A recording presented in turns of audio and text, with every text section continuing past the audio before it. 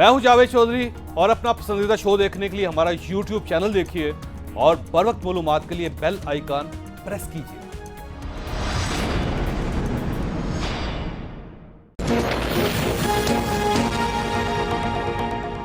बिस्मिल्लाहिर्रहमानिर्रहीम। लाखों करोड़ों दरूद नबी अकरम सल्लल्लाहु अलैहि वसल्लम पर और उनकी आल पर। खुसद आज प्राइम मिनिस्टर हाउस में टाइगर फोर्स की लॉन्चिंग थी और पहले दिन प्राइम मिनिस्टर साहब ने लॉन्चिंग के दरमियान क्या कहा, आप वो मुलाहिजा कीजिए और फिर प्रोग्राम के अगले हिस्से की तरफ बढ़ेंगे। सबसे बड़े मसले हमारे मुल्क में इस लॉकडाउन की वजह से एक बहुत बड़ा तबका मुतासर हो। अब हमने आहिस्ता आहिस्ता ये लॉकडाउन को खोलना है। हमें पता है कि अगर हमने ऐसा लॉकडाउन खोल दिया कि जो लोग जमा होना शुरू हो गए और जो हम SOPs रख रहे हैं लॉकडाउन खोलने के लिए, अगर लोगों ने उनके ऊपर अमल ना किया तो खतरा ये है कि फिर से ये एक कोरोना तेजी से फैलेगी। तो उसका फिर खदशा ये है कि फिर से हमें लॉकडाउन की तरफ जाना पड़ेगा। प्राइम मिनिस्टर साहब का कहना है कि हम आहिस्ता आहिस्ता लॉकडाउन नरम कर रहे हैं ताकि लोग कहीं इकट्ठे ना हो जाएं, लेकिन आज नादरा के दफातर खुलने का पहला दिन था और पूरी कौम ने देख लिया कि वहां नादरा के ऑफिस के सामने क्या हुआ। कोई डिस्टेंस का ख्याल नहीं रखा गया, किसी किस्म की प्रेपरेशन नहीं की गई, लोग लोगों पर चढ़े हुए थे और मुझे खतरा है कि आज के दिन ही कहीं हजारों की तादाद में कोरोना के मरीजों में इजाफा ना हो गया हो। आज कोरोना की सूरत हाल क्या है वो फिगर्स भी मैं आपके सामने रखता हूं। पिछले 3 दिनों में जुमा, हफ्ता, एतवार, हम सिर्फ 3 दिनों के फिगर्स ले रहे हैं। इन 3 दिनों में 3,370 नए केसेस सामने आए। अगर हम इसकी एवरेज निकालें तो रोजाना 1,123 केसेस बनते हैं, यानी रोज 1,123 केसेस में ऐड हो रहे हैं, मसलसल इजाफा हो रहा है। और जो इंतकाल करने वाले लोग हैं उनकी तादाद 26 योमिया बनती है, यानी रोजाना की बुनियाद पर 3 दिनों में 26 लोगों का इंतकाल हुआ। टोटल मरीजों की तादाद इस वक्त 20,884 हो चुकी है और 470 लोग कोरोना की नजर होकर इस दुनिया से रुखसत हो चुके हैं। 503 डॉक्टर्स और पैरामेडिक्स भी मरीजों में शामिल हैं, वो भी बुरी तरह मुतासर हो गए।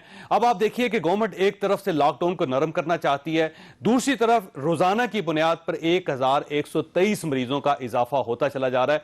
तो अब आप खुद अंदाजा लगाइए कि अगर इस तरफ से लॉकडाउन नरम होगा और यहां से मरीजों की तादाद में इजाफा होता चला जाएगा तो सूरत हाल क्या होगी अगले एक हफ्ते तक।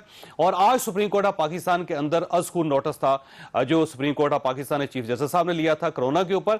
उसकी कुछ बातें भी बहुत ही दिलचस्प हैं। एक तो वफाक और सूबे को, दोनों को सुप्रीम कोर्ट ऑफ पाकिस्तान ने एक हफ्ता दिया और एक हफ्ते में कहा गया है कि अगर फैसला ना हो सका कि आप लोगों ने क्या पॉलिसी बनानी है तो फिर अबूरी ऑर्डर जारी कर दिया जाएगा। आज कोर्ट ने क्या कहा वो भी मुलाहिजा कीजिए। चीफ जस्टिस का कहना था कि मालूम नहीं टेस्टिंग किट्स और PPEs कैसे खरीदी जा रही हैं, लगता है सारे काम कागजों पर ही हो रहे हैं, किसी चीज में शफाफियत नहीं।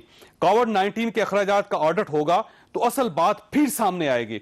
जस्टिस उमर अता बंदियाल साहब ने कहा कि वफाकी हुकूमत और सूबों के दरमियान तावन ना होने की वजह गरूर और अना है। आपने फरमाया कि एक हफ्ते का वक्त देते हैं, कोरोना के हवाले से यकसा पॉलिसी ना बनाई जाई गई तो अबूरी हुक्म जारी कर देंगे। ये एक इंतहाई अलार्मिंग सूरत हाल है। सुप्रीम कोर्ट ऑफ पाकिस्तान की तरफ से भी सूबों को और वफाक को एक अल्टीमेटम दे दिया गया है कि एक हफ्ते के अंदर अंदर उन्होंने एक ऐसी पॉलिसी बनानी है जिसके तहत वो सुप्रीम कोर्ट ऑफ पाकिस्तान को मुतमईन करेंगे कि आइंदा कोरोना के मरीजों की तादाद में इतना इजाफा नहीं होगा।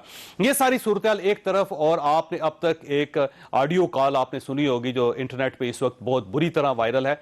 ये डॉक्टर फुरकानुल हक साहब थे जो कार्डियोलॉजिस्ट थे, खुद डॉक्टर थे, पूरी जिंदगी वो तिब्बी शोबे के साथ वाबस्ता रहे।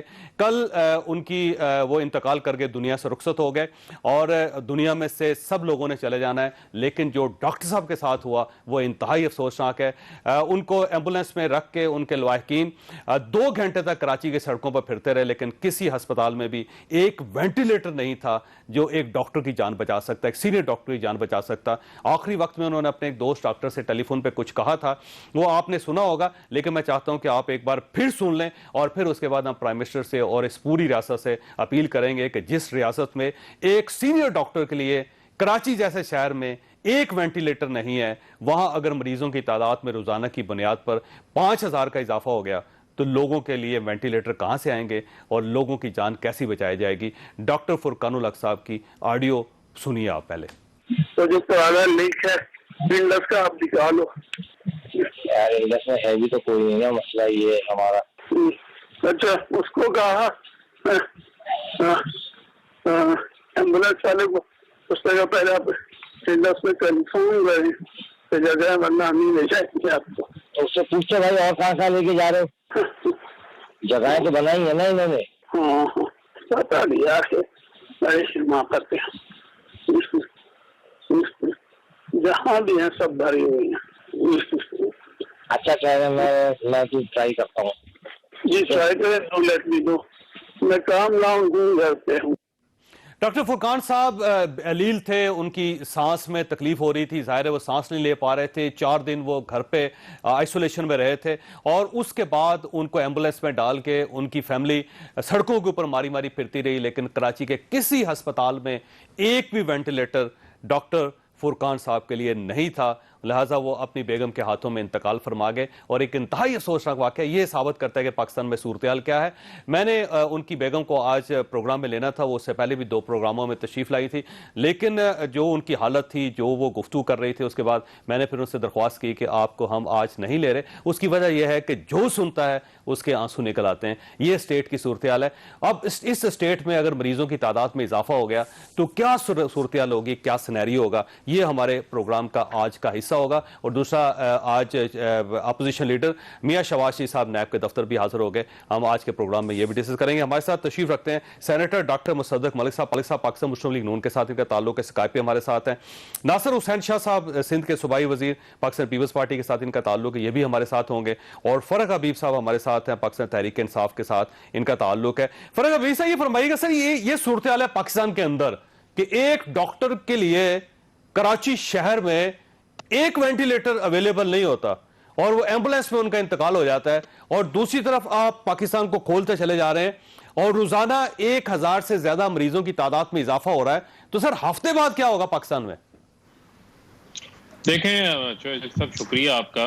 जैसा कि आपका इल्म में है कि ये वबा जो है वो तो पूरी दुनिया को इसका सामना है और पाकिस्तान को भी यकीनन इसका सामना है, और जो तमाम तर हकाइक हैं, जो ज़मीनी हकाइक हैं, वो आपके सामने हैं।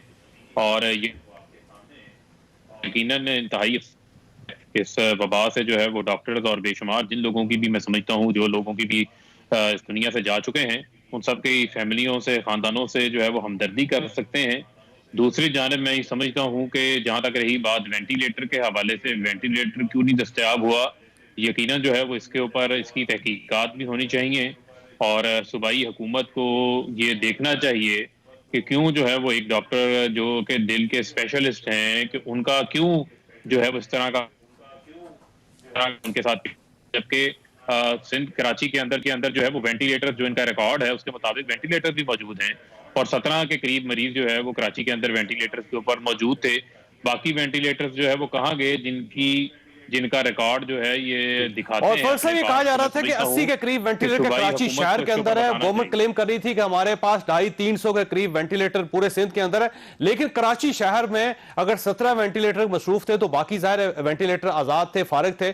लेकिन डॉक्टर साहब अपनी पूरी जोर लगाने के बावजूद, अपनी डॉक्टर कम्युनिटी में पॉपुलर होने के बावजूद, उनकी अपनी एक रिश्तेदार जो है वो इंडस हॉस्पिटल में वो डॉक्टर भी हैं, उनसे उनकी मदद लेने के बावजूद भी उनको वेंटिलेटर नहीं मिल सका। सर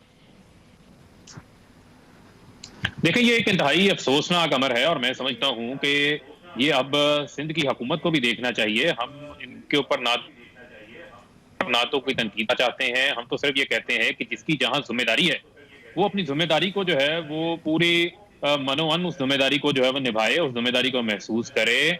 लड़ने झगड़ने का, इल्जामात लगाने के आगे बहुत सारे मौके आएंगे, लेकिन मैं समझता हूँ कि इस वबा से हम सब ने जो है वो मिल के निपटना है और जो इसके असरात हैं उनका भी मिलकर जो है वो मुकाबला करना है। अगर ऐसी सूरत हाल है तो फिर जो सूरत हाल हमें प्रेस कॉन्फ्रेंस के जरिए या टीवी के ऊपर आकर बताई जाती है सिंध हुकूमत की तरफ से, फिर तो ये उसके बिल्कुल बरक्स है। और मैं समझता हूँ कि इनको ये आज वादे करना चाहिए था कि ये वाकया डॉक्टर साहब के साथ क्यों पेश आया। मरीज बहुत हैं कोरोना के जहाँ मौजूद है, पूछूंगा मौजूद हैं, लेकिन वेंटिलेटर पे उसी को जाने की जरूरत पड़ती है जिसको सांस लेने में बहुत ज्यादा दुश्वारी हो रही है। और डॉक्टर साहब का वही क्रिटिकल केस था, तो उनको वेंटिलेटर जो है वो क्यों दस्तयाब नहीं हुआ। जिन लोगों की नाअहली है उन लोगों के खिलाफ जो है वो कार्रवाई भी करनी चाहिए। और मैं समझता हूँ कि सिंध की हुकूमत को ऊपर आके जवाबदेह होना चाहिए और इसके ऊपर तो मैं समझता हूं कि जो इनकी कारकर्दगी है उसके ऊपर भी सवालिया निशान खड़ा हो गया है। ये हम बात नहीं कर रहे, ये बिल्कुल सही बात बता रहा है। मुझे डॉक्टर मसद मलिक साहब की तरफ जाने दें, मैं वापस आऊंगा फर्क साहब आपकी तरफ। डॉक्टर साहब, ये सूरत हाल है पाकिस्तान की, लेकिन अगर ये लॉकडाउन नरम हो जाएगा, बल्कि ऑलमोस्ट नरम हो चुका है सर, अब तो सारी सड़कें भरी हुई हैं, बाजार खुले हुए हैं, लोग आ रहे हैं जा रहे हैं, तो ये अगर ट्रेंड बढ़ता चला गया तो अब आप खुद अंदाजा लगाइए कि क्या सूरत हाल होगी सर। ये गवर्नमेंट गलती कर रही है या ठीक डायरेक्शन है गवर्नमेंट की इस वक्त? देखिए, मेरा नुक्ता नज़र तो बहुत क्लियर है। मैंने बड़ी कोशिश की है कि जितना कम पोलिटिसाइज इस मामले को कोरोना के किया जाए उतना ही बेहतर है, लेकिन मैं हुकूमती पॉलिसी जो इस वक्त की है उसमें सपोर्ट नहीं कर सकता। मैंने हुकूमत की बहुत सी चीज़ें सपोर्ट की हैं। हुकूमत ने पैसे बांटे हैं, किस्त के ज़रिए मैंने उसको सपोर्ट किया है। हुकूमत ने एक सेंट्रल कंट्रोल कमांड सिस्टम बनाया है, मैं उसको सपोर्ट करता हूँ। हुकूमत ने वेंटिलेटर्स मंगवाए हैं, हुकूमत ने वो हिफाजती वर्दियाँ देने की कोशिश की है जहाँ तक मुमकिन हुआ, उनसे डॉक्टरों को मैं उसकी तारीफ करता हूँ। लेकिन ये हुकूमत की पॉलिसी बूढ़े लोगों को, और आपने देखा कि वो एक 50 साल से ज़्यादा उम्र के शख्स थे जिनकी तस्वीर डॉक्टर साहब की आपने ये लगाई, उनको मौत के मुंह में झोंक देना और फिर ये कहना कि ये एलीट का मामला है, ये एलीट के लोग हैं जिन्होंने ये बात की है लॉकडाउन की। मैं इस पॉलिसी को किसी भी सूरत से नहीं कर सकता, तो मैं इसको अपोज करता हूँ। देखिए, बात ये है कि ये आपने अभी डॉक्टर, मैंने कल ट्वीट भी किया, जो उनके लवाहिकीन हैं, उनकी बेगम साहिबा हैं, my heart goes out to them. उनके नुकसान का तो कोई भी अजाला आप नहीं कर सकता, हम उनकी मग़फ़िरत के लिए हर दम दुआ करेंगे। लेकिन असल में 480 इस तरह की रिकॉर्डिंग्स आपको कहीं ना कहीं से मिल जाएंगी।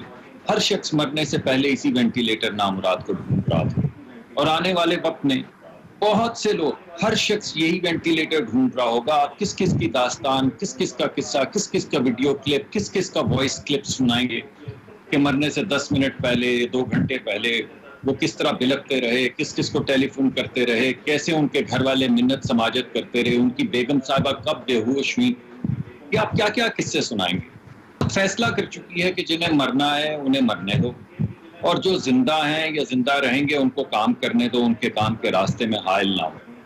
अब आप कह रहे हैं लॉकडाउन, आपने खुद उसका जिक्र किया। ये लॉकडाउन है भाई, ये तो गर्मियों की छुट्टियां हैं, स्कूल बंद हैं, कॉलेज बंद हैं, कभी पार्क खुल जाते हैं, कभी बंद हो जाते हैं, दुकानें खुली हैं, नाई की दुकान खुली है, धोबी की दुकान खुली है, इलेक्ट्रिशियन की दुकान खुली है। मैं ये डिफेंस में से निकला पिछली गली में से, तो 3 मील जाने में मुझे 45 मिनट लगे, रोजे से तकरीबन घंटा पहले। रश ऐसा था कि मैं आपको बताने से कासिर। अब आप मुझे बताइए कि अब आप किस चीज को नर्म करने लगे हैं, जो है ही नहीं उसे नर्म करने लगे हैं। तो मैं ये समझता हूँ कि हुकूमत की ये वाली पॉलिसी एक अच्छी पॉलिसी मेरे ख्याल में नहीं है। इस वक्त खैबर पख्तूनख्वा में अगर आप देखें तो अमवात की शरह जो है वो 6% के करीब है, 5.9%, 5.8% है। उसकी वजह सिर्फ ये है कि वहाँ के जो वजीर हैं, वजीर सेहत और जो मिनिस्टर हैं, वो अच्छा काम कर रहे हैं। वो असल डेटा जो है WHO की मुनासबत से उसको रिपोर्ट कर रहे हैं। मुझे बाकी सूबों का नहीं पता, लेकिन मुझे ये पता है कि खैबर पख्तूनख्वा वाहिद सूबा है जहाँ पे WHO की मुनासबत से जो इंतकाल हो रहे हैं, जो अमवात हो रही हैं, वो रिपोर्ट कर रहे हैं। और पिछले 1 हफ्ते में 24 लोग जो अस्पताल में आए, या तो वो अस्पताल पहुंचने से पहले मर चुके थे या अस्पताल आने के 1 घंटे के बाद मर गए। और जब उनका कोरोना टेस्ट किया गया इन्हीं के वजीर के मुताबिक, झगड़ा साहब के मुताबिक, तो वो सारे कोरोना पॉजिटिव थे। अब आप किस किस की दास्तान सुनाएंगे? ये सब एम्बुलेंस में आए थे, सबकी एम्बुलेंस की दास्तानें सुनाएंगे। सबके आखिरी टेलीफोन जो अपने माँ बाप को या बहन भाइयों को या बच्चों को करेंगे, उनकी दास्तान सुनाएंगे। बुनियादी तौर पे ये दास्तान है हुकूमत की पॉलिसी की, और पॉलिसी ये है कि भाई हमने हाथ खड़े कर दी, हम लोगों को इस वबा से नहीं बचा सकते, हमारे पास इतने मुआशी वसाइल ही नहीं है। वो जो अभी हमें लेकिन ये डॉक्टर साहब बड़ी खौफनाक सूरत हाल, इसमें कोई शक नहीं। जाहिर है आप जब बोल रहे थे, आप यकीन करें मेरे पास कोई अल्फाज नहीं थे। अब मैं सवाल तो जाहिर है नासिर हुसैन शाह साहब से कर रहे हैं, उनके पास ही सवाल छोड़ के जाऊंगा, वक्फा लूंगा। लेकिन एक बात है कि सिंध गवर्नमेंट ने आज से 15 दिन पहले कह दिया था कि अगर वफाकी हुकूमत ने खौश के नाखुन ना लिए तो हम मरीजों का इलाज फुटपाथों पे कर रहे होंगे। यहां पे तो डॉक्टरों का इलाज भी फुटपाथों पे नहीं हो सका, डॉक्टर भी फुटपाथ तलाश करते करते मारे गए। तो ये मैं नासिर साहब के पास एक सवाल छोड़ के जा कि डॉक्टर फुरकान साहब के लिए क्या कराची शहर में एक भी वेंटिलेटर नहीं था? एक छोटी सी ब्रेक, और ब्रेक के बाद दोबारा हाजिर होते हैं। प्रोग्राम में दोबारा खुश आमदीद। नासिर साहब फरमाइएगा, सबसे पहले आपने तैयारी की, आप लीड ले रहे हैं पूरे पाकिस्तान में, इसमें कोई शक नहीं। टेस्ट भी आप ज्यादा कर रहे हैं, मरीजों की केयर भी आप ज्यादा कर रहे हैं, लेकिन सर ये डॉक्टर फुरकानुल हक साहब का जो केस आ गया सामने, अब इसको कैसे जस्टिफाई करेंगे आप? बिस्मिल्लाहिर्रहमानिर्रहीम, अल्लाहुम्मा सल्ली अला मुहम्मदिन व आले मुहम्मद। जी बिल्कुल, बड़ी अफसोसनाक बात है, और डॉक्टर फुरकान शहीद का इस तरह हमसे बिछड़ जाना और जिस तरह ये वेंट की वजह से हुआ है, बहुत ही अफसोसनाक एक अलमिया है। चीफ मिनिस्टर साहब ने इसके लिए इंक्वायरी कर दी है, बना दी गई है कि ऐसा क्यों हुआ, क्योंकि इस वक्त भी सिर्फ कराची में जो गवर्नमेंट की तरफ से ये फैसिलिटीज कोविड-19 के पेशेंट के लिए है, उसमें भी 60 से ज्यादा वेंटिलेटर जो फैसिलिटी वो अवेलेबल है। जो कुछ लोग उस पर जरूर हैं, लेकिन इस वक्त भी 50 से जायद वेंटिलेटर मुख्तलिफ हॉस्पिटल्स में हैं।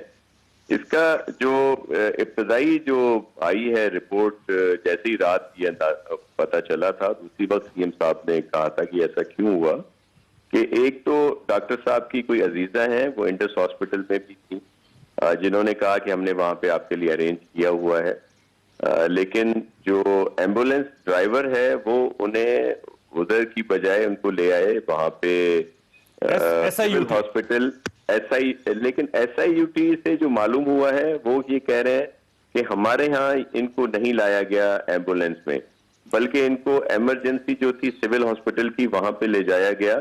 लेकिन ये मुतज़ाद रिपोर्ट्स हैं, लेकिन मैं आपको यकीन दिलाता हूं, सर इवन डॉक्टर बारी साहब भी कह रहे हैं कि इंडस हॉस्पिटल नहीं आए हुए थे वो, बल्कि उनके लॉयकीन का ये कहना है कि हम दोबारा इंडस हॉस्पिटल ट्राई करते रहे, किसी ने फोन ही नहीं उठाया उसके बाद हमारा। सर मैं आपको अर्ज कर रहा हूं ना कि वहां पे ये नहीं गए, इंडस हॉस्पिटल डॉक्टर साहब नहीं गए, बाद में इनको ओजा साइड पे लेके जा रहे थे कि जब ये हमसे पिछड़ गए।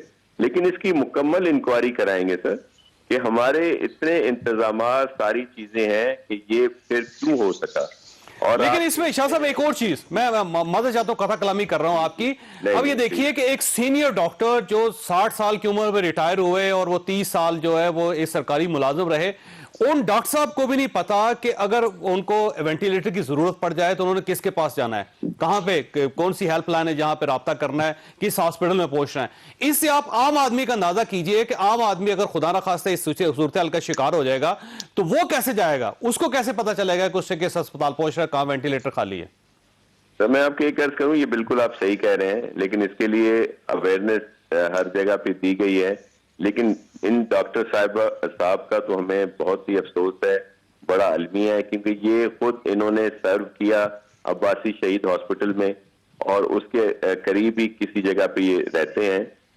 वो भी वहाँ की जो इंचार्ज है डॉक्टर सलमा, वो भी कह रही थी हमारे पास ये नहीं आए, उनके पास भी वहाँ पे मौजूद थी ये वेंट की जो सहूलत है। लेकिन मैं इस पे नहीं चाहता, इसकी इंक्वायरी बिल्कुल होगी। लेकिन सर असल इशू यही है कि जिसके लिए ये हम बिल्कुल इसके लिए तैयार हैं, बरीउल जिम्मा नहीं है हमारी तरफ से। हमारी किसी भी कोताही होगी आपके सामने उस पर एक्शन लिया जाएगा। हम खुद इसकी जिम्मेदारी कबूल करते हैं कि हमारे डॉक्टर से इतनी चीजें हमने की हुई थी, उसके बावजूद उनको वेंट नहीं मिला। ये बिल्कुल नेग्लिजेंसी है, जो भी इसमें इन्वॉल्व होगा उस पर जरूर एक्शन। अच्छा शाह साहब, मेरी आपको एक मशवरा है सर कि आप एक हेल्पलाइन बनाए मरीजों के लिए, जिसमें आप किसी को वेंटिलेटर की जरूरत है तो कम से कम उसको पता होना चाहिए कि उसने कहां जाना है, और वो ऐसी हेल्पलाइन हो जिसमें हर वक्त 24 घंटे अवेलेबल हो, ताकि कोई शख्स आपसे राब्ता करे तो आपको कम से कम पता होना चाहिए कि कहां पे पेशेंट है और कहां पे एम्बुलेंस है, उसने कहां पहुंचना था और कहां वो पॉइंट नहीं पहुंच सके। क्योंकि अगर हम ये भी नहीं करते तो फिर हालात खराब हो जाएंगे। फरक हबीब साहब ये फरमाइए सर, आज सुप्रीम कोर्ट एक सेकंड सिर्फ जी शाह साहब, इस पे मैं कमेंट करना चाह रहा था। जी शाह साहब, जी शाह साहब, हेल्पलाइन बनी हुई है, सब कुछ अवेलेबल है। इसीलिए तो मैं कह रहा हूं कि बड़ा अफसोस हो रहा है हमें कि एक डॉक्टर साहब जो खुद इस से वाबस्ता थे, इस शोबे से, वो क्यों नहीं उन तक ये सारी चीजें पहुंची। या वो क्यों नहीं वहां पे पहुंच सके। लेकिन सर शाह साहब ये नहीं, बल्कि जिस डॉक्टर साहब ये खुद राब्ता कर रहे हैं वो भी सीनियर डॉक्टर हैं, उनको भी नहीं पता कि कैसे होना चाहिए उनको, बल्कि वो कह रहे हैं कि खीर बनाओ किसी तरह, मुझे किसी अस्पताल पहुंचाओ, किसी बिल्कुल वो आरडीओ सर हमने भी सुनी है, दिल दहलाने वाली है। और आप यकीन करें चौधरी साहब कि हम सब इस पर बहुत अफसरदा हैं, और ये आप जैसे कह रहे हैं इस पर मुकम्मल तौर पर अमल होगा। सही है। बस मेरी आपसे दरख्वास्त है कि इस किस्म का और कोई वाकया नहीं होना चाहिए। फरक हबीब साहब, आज आपके नहीं होगा। सेक्रेटरी हेल्थ ने कहा सर कि सुप्रीम कोर्ट ऑफ पाकिस्तान में खड़े होके कि मैंने इस्लामाबाद का हाजी कैंप देखा है जहां आइसोलेशन वार्ड बना है, वहां पे बिजली ही नहीं है। तो सर सेक्रेटरी हेल्थ ये कह रहे हैं सुप्रीम कोर्ट ऑफ पाकिस्तान में, यानी ये तैयारी है हमारी पिछले 3 माह के दरमियान कि जो आइसोलेशन सेंटर बनाया वहां पे बिजली प्रोवाइड नहीं कर सकी गवर्नमेंट, तो अब आप खुद अंदाजा लगाइए कि ये जो लॉकडाउन नरम होगा तो क्या नतीजे निकलेंगे। देखें, पहली बात तो ये है चोई साहब कि खाली जो है वो तहकीकात से कुछ नहीं होगा। मैं आपके सवाल के ऊपर भी आ जाता हूँ। देखें, ये एक बहुत बड़ी क्रिमिनल नेग्लिजेंस है। हम शुरू दिन से इनको एक गुजारिश कर रहे हैं, ये हाथ जोड़ते हैं, हम इनको हाथ भी जोड़ते हैं, इनकी मिन्नत समाजत भी करते हैं, सब कुछ करते हैं कि ये वक्त प्रेस कॉन्फ्रेंस का, इल्जामात लगाने का, वफाकी हुकूमत को बुरा भला कहने का नहीं है।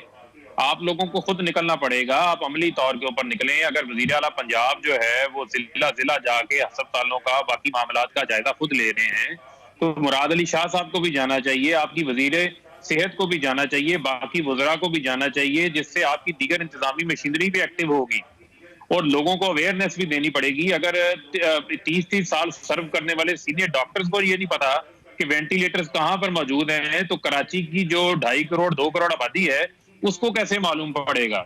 और आप कह रहे हैं कि आइंदा ये वाकया नहीं होना चाहिए। इससे पहले कई वाकयात ऐसे हो चुके होंगे जो अभी तक जो है वो रिपोर्ट नहीं हुए होंगे। ये वाकया तो रिपोर्ट हो गया, एक नाअहली और इंतजामी नाअहली खुल के सामने आई। लेकिन फरक अभी साहब इसकी खैबर पख्तूनख्वा की हालत इससे भी ज्यादा खतरनाक है। आधे से ज्यादा मरीज जितने लोग इंतकाल कर चुके हैं सर, उसमें से 35% मरीजों का ताल्लुक खैबर पख्तूनख्वा के साथ है। जब आप वहां पे तहकीकात करेंगे तो आपको लग पता जाएगा सर। देखें जो सब बात यह है कि जो बात आप कह रहे हैं, खैबर पख्तूनख्वा में जो भी डाटा सामने आ रहा है वो डाटा भी सामने रखा गया है, और आपके इल्म में है कि वो मरीज जिन मरीजों की 50 साल से जायद उम्र है, उन लोगों का डॉक्टर्स भी कह चुके हैं, WHO भी बताता है कि उनका इम्यूनिटी लेवल उस तरह नहीं है, उसमें डेथ रेशो भी ज्यादा है। और जो थोड़ी जो पॉपुलेशन जिनको वो मरीज जिनकी उम्र 50 साल से कम है, कदरन यंग है, इम्यूनिटी लेवल बेहतर है, वो इससे रिकवर भी कर रहे हैं। जहां तक रही बात आपने इंतजामात की बात की, देखें वफाकी हुकूमत ने सबसे पहले जो है सारे सिर्फ खैबर पख्तूनख्वा में सबसे पहले सर पंजाब में भी है, बाकी सूबों में भी है, लेकिन सबसे ज्यादा अमवात खैबर पख्तूनख्वा में। फरक अभी साहब आपको उसके बारे में भी रिसर्च करवानी पड़ेगी। वैसे मैंने ब्रेक लेनी है, लेकिन अब सवाल फिर आपके पास छोड़ के जा रहा हूं कि सर फ्यूचर क्या है इस मुल्क के। ब्रेक के बाद दोबारा जरूरत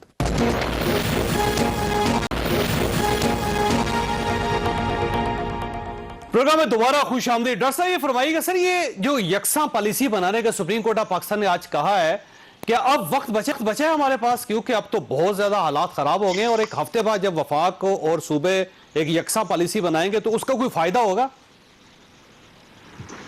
देखिए, अगर तो हुकूमत को अपनी पॉलिसी पे नजरसानी करनी है तो आज ही करनी है।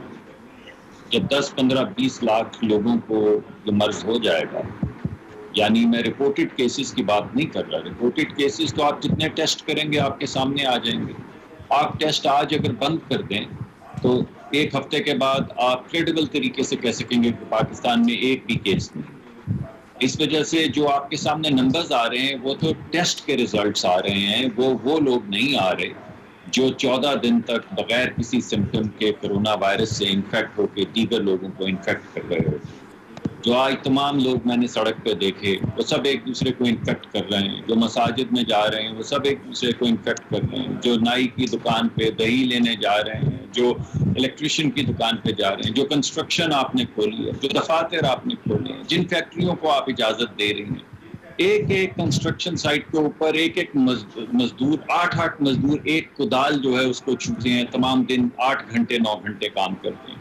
स्टील की वो एक बाल्टी जिसके अंदर वो सीमेंट और वो चीजें लेकर जाते हैं, उसको 4 लोग, एक उठाता है, दूसरे को देता है, दूसरा सीढ़ी तक लेके जाता है, वो बाबा सीढ़ी से ऊपर जाता है, ऊपर लेप करने वाला बैठा होता है और स्टील के ऊपर ये वायरस 3 दिन तक जिंदा रहे। तो मैं ये कह रहा हूं कि अगर आपको इस पे नजरसानी करनी है तो खुदा के वास्ते अब कर लीजिए। लेकिन आज जो असद उमर साहब कह रहे थे कि हमारे यहाँ तो एक्सीडेंट से इतने लोग मर जाते हैं, मैं समझता हूँ उसमें एक अजीब किस्म की बेपरवाही या लापरवाही थी, अजीब किस्म की लापरवाही थी उस गुफ्तगू में। यानी ट्रैफिक के हादसे में अगर 4000 लोग मर जाते हैं तो आपने ट्रैफिक लाइट्स तो नहीं खत्म की ना यार, उस पर भी खर्चा होता है। आपने वो जो मोटरसाइकिल वाले लड़के हैं जिनको आप अफसरान इंस्पेक्टर जो ट्रैफिक वार्डन्स हैं, आपने उनको तो नौकरियों से नहीं हटाया क्योंकि आप पे फर्ज है लोगों की हिफाजत। तो अगर 4000 लोग ट्रैफिक से मर रहे हैं और आपने ट्रैफिक लाइट्स नहीं खत्म की, उनकी बिजली का बिल नहीं खत्म किया, ट्रैफिक वार्डन नहीं खत्म किए, तो खुदारा इन लोगों को भी बचाइए। अभी मेरे भाई ने जिक्र किया कि 50 साल से ज्यादा उम्र के जो लोग हैं उनमें कुव्वत मुदाफत कम होती है और उनमें जो अमवात की शरह है वो बहुत ज्यादा है। वो जो 65 साल से ज्यादा उनमें तो अमवात की शरह 10 से 20% के करीब चली जाती है। अब आप गिने के वो लोग हैं कितने जिनका हम जिक्र कर रहे हैं, ये तकरीबन 3 करोड़ 30 लाख लोग ये फिगर्स भी गलत हैं क्योंकि उसकी वजह ये है कि जापान में दुनिया में सबसे ज्यादा बुजुर्ग है, 100 साल से ज्यादा उम्र के लोग वहां पे 63,000 है, 73,000, उनमें एक भी नहीं मरा। लिहाजा ये नहीं कहा जा सकता है कि बुजुर्ग ही मर रहे हैं, इसमें कोई भी शिकार हो सकता है। मुझे नासिर साहब की तरफ जाना है। नासिर ये यकसा पॉलिसी बना सकेगा वफाक और सूबा मिलकर? एक सेकंड जी डॉक्टर साहब, इजाजत। जी डॉक्टर साहब, देखिए जी डॉक्टर साहब, जो इस वक्त बैनुल-अक़वामी हमारे सामने डेटा आ रहा है उसमें तमाम लोग जो हैं वो उससे मुतासिर होते हैं और मर भी सकते हैं, मगर जो 50 साल बिलखुसूस 65-60 साल से ज्यादा उम्र के लोग हैं उनकी शरह अमवात बहुत ज्यादा है और ये बात हमें जहन में रखनी चाहिए। और इसमें एनॉमलीज हैं, हमें इस वायरस की हर बात का नहीं पता, लेकिन यकसा पॉलिसी हमें नहीं बन पाएगी। यकसा पॉलिसी गालिबन होनी भी नहीं चाहिए, मगर हमें यक ज़बान होना चाहिए। यानी जिस जगह पे हमने लॉकडाउन करना है, मौसर लॉकडाउन करना है, उसमें सियासत नहीं होनी चाहिए, ले दे नहीं होनी चाहिए, यकसानियत कैसे हो सकती है? बिल्कुल सही। लेकिन अब तो सर लॉकडाउन का सवाल ही नहीं ना, अब तो लॉकडाउन खुल गया सर, अब उसको दोबारा कैसे किया जा सकेगा? क्या सर ये फरमाइए कि सर ये यकसा पॉलिसी अब बन सकेगी? एक हफ्ता है हमारे पास। सर बिल्कुल वक्त की जरूरत है और बनानी पड़ेगी। आप के इल्म में है कि चेयरमैन बिलावल भुट्टो जरदारी साहब ने very first day prime minister साहब से कहा कि इस मुश्किल घड़ी में हम आपके साथ हैं और आपके साथ रहेंगे। चीफ मिनिस्टर हम सब लोग उस बात पे थे, हमेशा उन्हें कहते रहे, लेकिन हमें हद पे तनकीद बनाया गया खामखा बगैर किसी वजह से। ये जो लॉकडाउन का सिंध गवर्नमेंट ने स्टेप्स लिए, जो हमें हमारे चेयरमैन बिलावल भुट्टो साहब ने कहा या माहिरीन ने कहा, जो भी थे, या दुनिया जिस तरफ जा रही थी उसी को देखकर हमने कहा, तो हम पर तनकीद की गई कि लोगों की भूख का ख्याल नहीं करते, लोग बाहर निकल आएंगे, इस तरह की जो मैसेजेस आए डबल किस्म के, तो हमें प्रॉपर लॉकडाउन में बड़ी दुश्वारियां हुई, लेकिन हमने अपने तौर पर मुकम्मल पूरी कोशिश की। और उस लेकिन शाह साहब वो ताजर तो खोल रहे हैं सर, ताजर कल या परसों शॉप्स खोल रहे हैं कराची में। देखिए मैं आपको एक अर्ज करूं, हमें उनका पूरा एहसास है, हमारे भाई हैं, हमें उनके लिए बड़ा एहतराम है, लेकिन मैं आपको एक अर्ज करूं कि यहाँ पे ऐसे कोई नहीं खोलेगा। जो SOPs हम देंगे, जो एहतियाती तदाबीर या जो हमारी इजाजत होगी, उसके बगैर नहीं खोला जाएगा। बड़ी कोशिश की गई, फरक हबीब साहब मेरे मेहरबान हैं, भाई हैं, इनके वफाकी वुज़रा ने आकर यहाँ पे ये बातें की कि जी खोलें, हम देखते हैं इनको कौन बंद कराता है, ये खोल लेंगे, लेकिन हमने खोलने नहीं दिया। वही वुज़रा उस वक्त बात नहीं करते जब KP में दुकानें खोलने पर फायरिंग की गई वहां की इंतजामिया की तरफ से, तो उस पर कोई बात नहीं की गई। यहाँ पे आकर इस तरह की बातें, देखें यही वो मैसेजेस हैं, यही वो चीजें हैं जिनकी वजह से प्रॉपर लॉकडाउन हम नहीं कर पा रहे। खुदारा सबको होश के नाखुन लेने चाहिए। अलार्मिंग सिचुएशन है, डॉक्टर फुरकान वाली जिम्मेदारी हम बिल्कुल कबूल करते हैं, हमारी नेगलिजेंसी किसी की भी उसमें है, लेकिन सर हमारा जो सिस्टम है हेल्थ का, क्या वो इस बात की इजाजत देता है कि जब इस तरह के लोग ज्यादा बीमार होंगे तो हम पूरे वेंटिलेटर मुहैया कर सकते हैं? बिल्कुल सही, बिल्कुल सही। जब सर चौधरी साहब जब ये बात हम कहते हैं तो हम पर इल्जाम लगाता है कि जी सिंध वाले लोगों को डरा रहे हैं। हम डरा नहीं रहे, हम उनको बता रहे हैं कि ये कोरोना वायरस से कितना बाद में जानलेवा हो सकता है। जिनका इम्यून सिस्टम कमजोर है, उम्र रसीदा है या बीमार है, तो हम पर तनकीद की जाती है।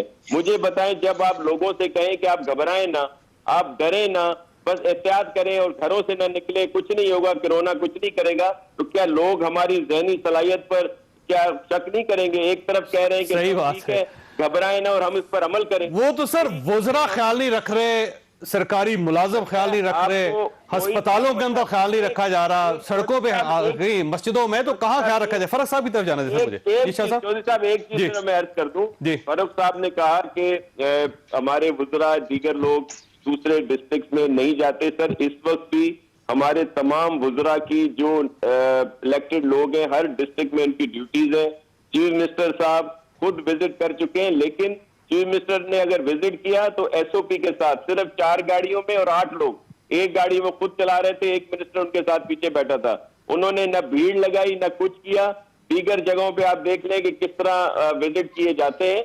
हम हर जगह से बाखबर है, हमने अपना बेहतर करने की पूरी कोशिश की है जो भी यहाँ पे सिस्टम है, लेकिन हमें अंदाजा है कि जब ये लोग ज्यादा वायरस में मुब्तला होंगे तो हमारा पूरा पाकिस्तान में इस तरह के सिस्टम नहीं है। ठीक हो गया, बहुत रिक्वेस्ट करते हैं, अर्ज करते हैं। बहुत अच्छा फरूख साहब, आपके पास एक सवाल छोड़ के जा रहा हूं मैं कि वजीर साहब का ये कहना है कि जिस शख्स ने एसओपीज का ख्याल ना किया या लोगों ने एसओपीज का ख्याल ना किया तो हम लॉकडाउन दोबारा कर देंगे। तो इसका मतलब हुआ कि पहले आप इंतजार करेंगे कि लोग एसओपीज को वायलेट करें, कोरोना फैले, फिर लॉकडाउन करेंगे, तो उस लॉकडाउन का क्या फायदा होगा? सर एक छोटी सी ब्रेक, और ब्रेक के बाद दोबारा जरूरत दोबारा खुश आमदीद। फरहान हबीब से ये फरमाइए सर, ये जो आप कह रहे हैं कि एसओपीज की अगर परवाह नहीं की गई तो दोबारा लॉकडाउन कर दिया जाएगा, तो ये दोबारा लॉकडाउन कैसे होगा फिर?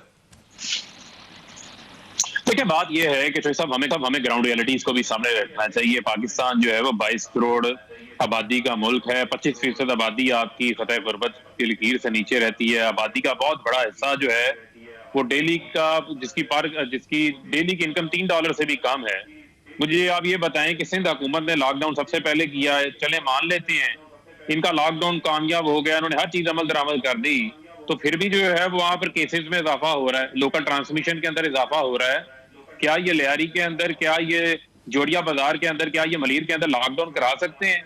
नहीं हुआ लॉकडाउन के ऊपर अमल दरामद। सिर्फ लॉकडाउन जो है वो वजीर आला हाउस के ऊपर है। नासिर शाह साहब बहुत अच्छे इंसान तो फिर इसका मतलब ये हुआ कि खोल देना चाहिए फिर इसको, फिर इसको खत्म कर दें। सर कोई क्लैरिटी तो आनी चाहिए ना, कोई ना कोई। देखें मेरी गुजारिश सुन लें, शाह साहब का हमें बड़ा एहतराम है, एक बड़ी सेन वॉइस है पीपल्स पार्टी सिंध के अंदर, हम इनकी राय का भी एहतराम करते हैं, लेकिन मामला ये है कि ग्राउंड रियलिटी को भी आपको सामने रखना चाहिए। मैं समझता हूं कि लोग जो है बहुत बड़ी तादाद के अंदर बेरोजगार भी हुए। जब एसओपीज की बात करते हैं तो एहतियात तो करनी पड़ेगी। आपके पास कोई टाइम फ्रेम है या कोई वैक्सीन आ गई है कि जिसका हम कह दें कि इसका खात्मा हो जाएगा? हालात मामूल के मुताबिक नहीं रहे, हमें अपना मामूल भी तब्दील करना पड़ेगा, अपने रोजमर्रा के मामलात में तब्दीली करनी पड़ेगी, बिल्कुल सही बात, पहनने पड़ेंगे, लेकिन फरूख साहब अगर पड़ेगी, अगर डॉक्टर बार बार धोना फुरकान साहब की तरह 3-4 हजार मरीज आ गए तो फिर हम क्या करेंगे सर? देखें बात यह है कि अभी तक के जो ट्रेंड्स हैं उसके अंदर 3-4 हजार मरीजों वाला एक दिन के अंदर जो है मामला नहीं है। पाकिस्तान के अंदर प्रोजेक्टेड जो तादाद थी वो उससे बहुत ज्यादा कम है, अमवात भी बहुत कम है। इसके ऊपर हमें अल्लाह का शुक्र अदा करना चाहिए। जब हम सनसनी फैलाते हैं, खौफ फैलाते हैं, अल्लाह करम करे, अल्लाह ताला बचाए उससे। अच्छे भले डॉक्टर सदर वली साहब, ऐसे ये जाहिर अगर लॉकडाउन खोल देते हैं, नहीं खोलते तो लोग तो भूखे मरेंगे सर। भूख का इलाज कैसे होगा? स्टूडियो एक दिन बंद नहीं होया। ये बात ठीक है। पाकिस्तान के अंदर 5 करोड़ लोग हैं जो बहुत ज्यादा गरीब हैं। अभी आदादो शुमार जो मेरे दोस्त फरूख साहब ने दिए उसके मुताबिक 5 करोड़ लोगों को अगर आपने एक महीना खाना खिलाना हो, राशन देना हो, तो आपको 500 अरब रुपए चाहिए। तो क्या हुकूमत के पास 500 अरब नहीं है? ये जो $1.4 बिलियन की ट्रांश मिली है IMF से, जो 335 अरब रुपए बनते हैं, वो गरीबों में बांटते हैं। जो आपने पहले बांटे हैं, मैं उसके लिए आपको सैल्यूट करता हूं। पैकेज लेकर आए हैं तो ये सब क्या बातें करते हैं? मैं आपको बता रहा हूं 200 अरब रुपया गरीबों में कैश बांट चुके हैं। फरूख साहब बात तो करने देना यार, आपके इल्म में सारे उनको पहले मान 10 लाख टाइगर फोर्स सर। आप बात तो करने देना, उनको तो मान लेना। 1.4 यार ठहर जाए यार, ऐसे शोरना। मैं आपको तो 1 इशारिया, मैंने आपकी बात नहीं काटी, मेरी बात मत काटें। लेकिन जो अभी तक इक़दाम नहीं है उनको तो मान लें। 1 इशारिया मैंने सबसे पहले सैल्यूट किया है। आप कमाल बातें करते हैं। मैंने एहसास प्रोग्राम को सैल्यूट किया है, मैंने सेंट्रल कमांड को सैल्यूट किया है, मैंने जो आप लेकर आए हैं किट्स उनको सैल्यूट किया, मैंने वेंटिलेटर्स को सैल्यूट किया। फिर मैंने आपको कहा कि मैं आपकी पॉलिसी से एग्री नहीं करता। और अब मैं आपको कह रहा हूं कि आपको 230-35 अरब रुपए मिले, आप गरीबों में और बांटे, जितना बांट रहे हैं उससे ज्यादा बांटे। आपको 500 अरब की हम बांटेंगे, हम बांटेंगे। 500 हम अरब तो आप कहते महीने हैं में जो लंदन में पैसे पड़े हैं वो भी ला के बांटे। क्या करनी है उस दौलत का? लंदन के पैसे ले आओ, पाकिस्तान में आज पैसों की जरूरत है, तो वो चन्नू और मन्नू की दौलत भी लेकर आए ना। ठीक हो मुसद्दिक साहब, वही शाह साहब इधर जाने दे वो चन्नू और मन्नू की दौलत भी लेकर आए, वो जाली अकाउंटों से पैसे निकाल कर लेकर आए ना, वो भी लगाए लाकर। वो पैसे का क्या करना है? वो पैसा काम नहीं आएगा, वो भी पाकिस्तान के गरीब आदमी का पैसा है। आज गरीब आदमी को पैसा चाहिए, वो पैसा ला के देना। वो पैसा क्यों नहीं आ रहा? वो जो पैसे हालात जमाने बाहर गए हुए हैं, वो पैसा भी तिजोरियों से निकाल के बांट दें। हुकूमत ने तो बांट दिए हैं, हुकूमत को शाह साहब चंद सेकंड आगे। शाह साहब ये फरमाइएगा सर, ये डॉक्टर फुरकान उल हक साहब जैसा फ्यूचर में कोई वाकया तो नहीं होगा सर? इंश्योर करते हैं आप? सर इंशाल्लाह बिल्कुल नहीं होगा। मैं दोबारा आपको थोड़ा अर्ज कर दूं कि ये अलमिया हुआ है, जैसे मैं आपको अर्ज कर रहा था, ये डॉक्टर साहब की अपनी करीबी अजीजा इंडस हॉस्पिटल में है, जिन्होंने उनका वहां पे इंतजाम किया हुआ था। उन्होंने खुद ये बयान दिया है, और लेकिन एम्बुलेंस के जरिए वो सिविल हॉस्पिटल की साइड पे चले गए, वो भी इमरजेंसी जो हॉस्पिटल की थी। SIUT में भी उनका कोई गया है, लेकिन इसकी पूरी इंक्वायरी हो रही है। हमारे पास इस वक्त भी यहाँ पे मुकम्मल तौर पर इंतजामात हैं। हजारों पेशेंट को सिर्फ कराची में डील कर सकते हैं, और पूरे सिंध में भी हमने बस ये हमारी दुआ है शाह साहब के ऐसा कोई और पाकिस्तान में नहीं होना चाहिए। आप सब मेहमानों का बहुत बहुत शुक्रिया। खुदा अल्लाह ताला आप और आपके अहले खाना को हर किसी मुसीबत से महफूज रखे। अल्लाह हाफिज। मैं हूं जावेद चौधरी, और अपना पसंदीदा शो देखने के लिए हमारा YouTube चैनल देखिए, और बर वक्त मालूमात के लिए बेल आइकन प्रेस कीजिए।